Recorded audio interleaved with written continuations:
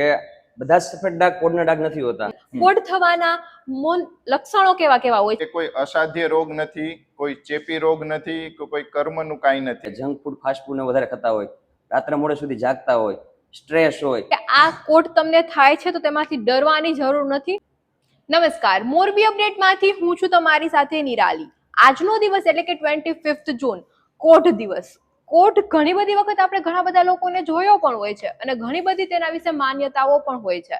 તો સૌથી પહેલા તો આ કોઢ શું છે, તેના લક્ષણો કેવા કેવા હોય છે, તેની ટ્રીટમેન્ટ કેવી કેવી હોય છે, આ બધી જ વસ્તુઓની જાણકારી માટે આજે આપણી સાથે છે મોરબીના ડોક્ટરો, ડોક્ટર જયેશ સર અને ડોક્ટર કલ્પેશ સર. આ બંને સરનું મોરબી અપડેટમાં ખૂબ ખૂબ હાર્દિક સ્વાગત છે. તેની સાથે સર, મારો પહેલો જ ક્વેશ્ચન તમને એ છે કે આ કોઢ એટલે શું છે? કોઢ એટલે મેડમ જોઈએ તો આ એક પ્રકારનો અમારા ચામડીનો એક અસાધ્ય રોગ છે, જેમાં શરીર ઉપર છે ને સફેદ કલરના ડાઘ થતા હોય છે. તો એ ચામડીના કલર માટે જવાબદાર કણ કે જેને મેલેનોસાઇટ કહેવાય, કે જેમાંથી મેલેનિન નામનું રંગદ્રવ્ય બનતું હોય છે.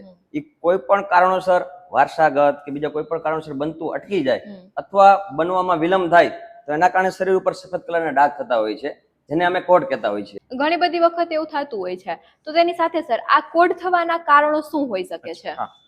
કોઢ થવા માટે 100% કારણ હજી સુધી સાયન્સને ખબર નથી, પણ ઘણા કારણો જોવા મળ્યા છે. આ કોઢ એક ઓટો ઇમ્યુન ડિઝીઝ છે કે જેમાં આપણા શરીરના રોગ પ્રતિકારક શક્તિ, જે ત્વચાને કલર આપતા કણો હોય છે મેલાનોસાઇટ, એને નષ્ટ કરે છે. ઘણા કિસ્સાઓમાં વારસાગત પણ થોડું થોડું જોવા મળે છે. બીજું, સ્ટ્રેસને લીધે, ફિઝિકલ અથવા મેન્ટલ સ્ટ્રેસને લીધે પણ ઘણીવાર જોવા મળે છે.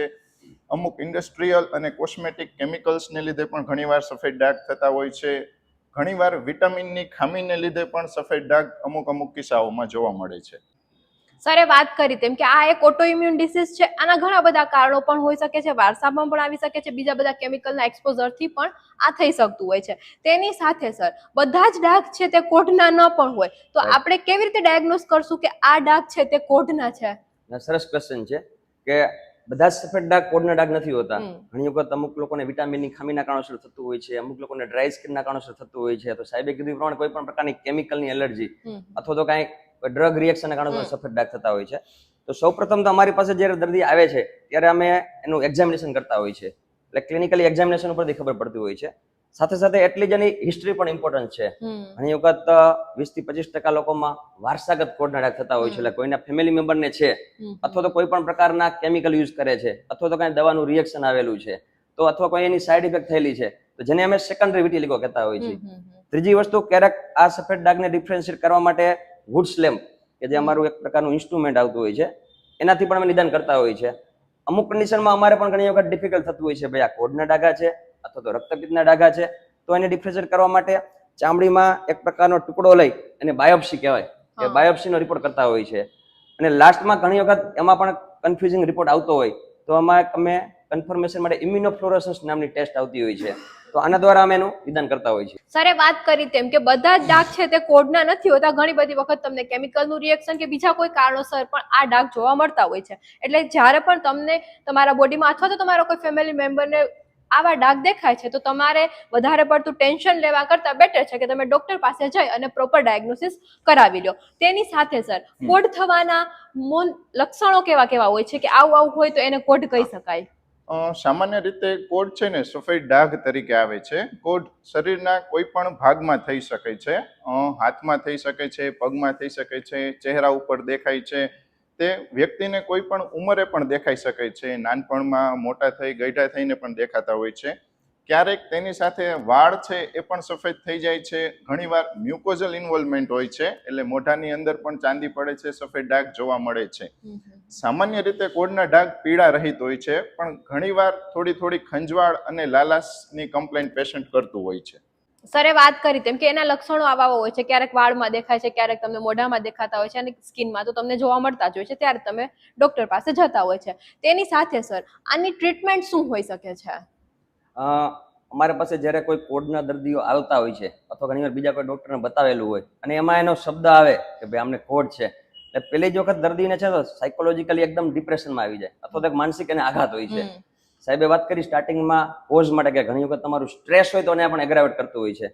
તો હું છે ને દરેક દર્દીને એ રીતે સમજાવતો હોઉં છું કે આને મટવા માટે તમારી દવા, દુઆ અને પરેજી 3 વસ્તુ મેન ઇમ્પોર્ટન્ટ છે. તો દુઆ શું કામની છે કે એનું એક તમારું પોઝિટિવ થિંકિંગ આવે. ઘણી વખત આપણે એમ કહીએ કે ભાઈ આ ભગવાનની માનતા માને, અથવા તો ભાઈ આ બેનને મટી ગયા છે, તમને તો સાયકોલોજીકલી એનામાં હિલિંગ પાવર આવે. તો પહેલી વસ્તુ તો તમારે એના માટે ખાસ તમારો કોન્ફિડન્સ લેવલ વધારવાની જરૂર છે, કે એનું પોઝિટિવ થિંકિંગ જરૂરી છે. બીજી વસ્તુ એની પરેજીમાં અત્યારની આપણી બધી લાઈફસ્ટાઈલ છે, ખાવા પીવાની સ્ટાઇલ છે, કે જંક ફૂડ ફાસ્ટ ફૂડ ને વધારે ખાતા હોય, રાત્રે મોડે સુધી જાગતા હોય, સ્ટ્રેસ હોય, તો આ બધાના કારણોસર પણ એગ્રાવેટ થતું હોય છે. તો એક તો તમારી લાઈફસ્ટાઈલ ડાયટમાં તમારે ફેરફાર કરવાની જરૂર છે. ત્રીજી વસ્તુ કે દવા, કે અત્યારનું આ એઆઈ જનરેશન છે, અત્યારની આધુનિક ટ્રીટમેન્ટના કારણોસર એવું નથી કે કોડ મટી નથી શકતો, પણ સાહેબે કીધું તમારી કઈ જગ્યાએ છે. જો તમારા ચહેરા ઉપર કોડ થાય તો એમાં મેક્સિમમ ચામડીના કલરના કણ હોય છે, તો એ મટાડવો બહુ સહેલો છે.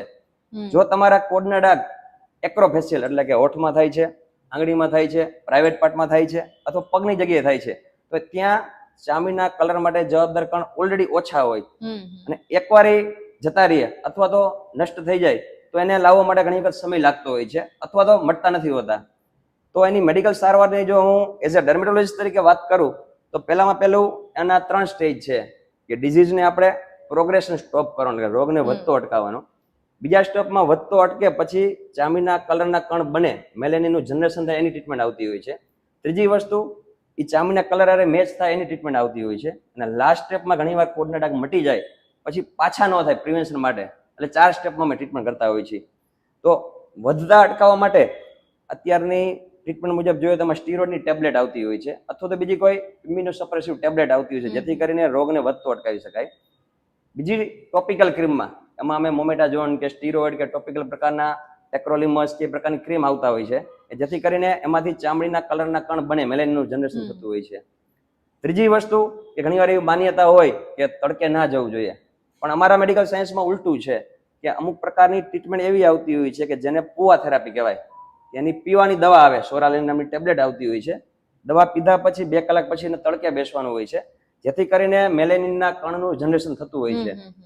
ઘણીવાર અમુક અત્યારે લોકો એવા હોય કે ભાઈ કોર્પોરેટ વર્કર હોય, જે લોકોને તડકાનો સમય નથી હોતો, તો એના માટે પુઆ લેમ્પ આવે, અથવા તો એની આખી ચેમ્બર આવતી હોય કે જનરલાઇઝ વિટીલિગો હોય આખા શરીરમાં છે, તો એ લાઇટની અંદરથી લાઇટના કારણોસર, કે જેમાં 311 થી 312 નંબરની તરંગલાંબાઈ ધરાવતા યુવીબી રેઝ, એના કારણોસર આપણે મેલેનિનનું પ્રોડક્શન કરતા હોઈએ છીએ. ચોથી ટ્રીટમેન્ટમાં ઘણી વખત એવું થાય કે દવા લેવા છતાં પણ મળતું નથી, સ્ટેબલ વિટીલિગો છે, તો સર્જિકલ ટ્રીટમેન્ટ, એમાં પંચ ગ્રાફ્ટિંગ કે સાથની જગ્યાથી ચામડીના કલરના કણ લઈ અને એને જે જગ્યાએ સફેદ ડાઘ છે ત્યાં મૂકતા હોય છે, અથવા તો સ્કિન ગ્રાફ્ટિંગ, કે ચામડી તમે લઈને ત્યાં આપણે ચોડવાની ટ્રીટમેન્ટ આવતી હોય છે, અથવા તો હવે તો મેલાનોસાઇટ કલ્ચર થેરાપી પણ આવતી હોય છે. ઇન શોર્ટ, અત્યારની આ લેટેસ્ટ તમે ટ્રીટમેન્ટ જુઓ તો એવું નથી કે કોડ મટતા નથી. જો તમે પ્રોપર ડર્મેટોલોજીસ્ટને તમે બતાવો, એની સલાહ મુજબ તમે પરેજી રાખો, ડાયટમાં ફેરફાર કરો, લાઇફસ્ટાઈલમાં ફેરફાર કરો અને મેડિસિન લ્યો, તો ચોક્કસ એનું રિઝલ્ટ મળતું હોય છે. સરે વાત કરી તેમ કે આ કોડ તમને થાય છે તો તેમાંથી ડરવાની જરૂર નથી, એકદમ સાવચેતી રાખવાની છે તમારે, અને તેની સાથે તમારે પ્રોપર છે તે ડોક્ટરનું કન્સલ્ટેશન કરવાનું છે. અને ઇનિશિયલ ફેઝમાં જ એવું નહીં કે તમે બહુ સ્પ્રેડ થઈ જાય ને પછી ડોક્ટર પાસે જાઓ, એવું નથી કરવાનું. શરૂઆત થાય છે તરત જ જાઓ અને ટ્રીટમેન્ટ કરાવો, તમને મટી પણ શકે છે. અને આ બધી જ ટ્રીટમેન્ટમાં સૌથી વધારે છે પોઝિટિવ એટીટ્યુડ. કોઈ પણ વસ્તુમાં તમારે પોઝિટિવ રહેવાનું છે, તો બધી જ વસ્તુઓનું સારવાર તમને મળી શકે તેમ છે. તેની સાથે સર, કોડના દર્દીઓએ ખોરાકમાં કે બીજી એના લાઈફસ્ટાઈલમાં કેવી કેવી કાળજીઓ રાખવી જોઈએ? સરે વાત કરી તેમ યોગ્ય સમયે નિદાન અને જલ્દી સારવાર કરો તો ઘણો ફાયદો થાય છે, 100% ફાયદો થાય છે. હવે ખોરાકમાં આના વિશે ઘણી બધી અંધશ્રદ્ધાઓ છે, ગેરમાન્યતાઓ છે કે આવું ખાવું પણ આવું ના ખાવું, પણ સામાન્ય રીતે સારો પૌષ્ટિક ખોરાક ખાવાનો છે. એમાં વિટામિન્સ હોય, લીલા શાકભાજી, ફળ ફ્રૂટ વધારે ખાવાના, ડ્રાય ફ્રૂટ ને એવું વધારે ખાવાનું છે. નહીં ખાવામાં ખાસ બહારનું જંક ફૂડ છે, સોફ્ટ ડ્રિંક છે, પ્રિઝર્વેટિવ વાળો ખોરાક છે, એવો નથી લેવાનો હોતો. બીજી પરેજીમાં સ્ટ્રેસ સૌથી મહત્વની વાત છે. એ ઘટાડવા માટે થોડું લાઈફસ્ટાઈલ મોડિફિકેશન ખૂબ જ જરૂરી છે.